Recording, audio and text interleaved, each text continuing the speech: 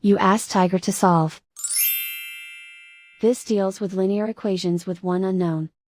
The final result is x equals 8. Let's solve it step by step. Group all x terms on the left side of the equation. Add 4x to both sides.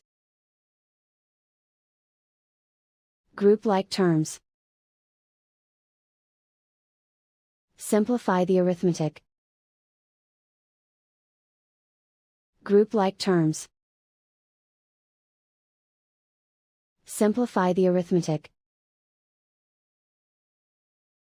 Group all constants on the right side of the equation. Subtract 1 from both sides. Simplify the arithmetic.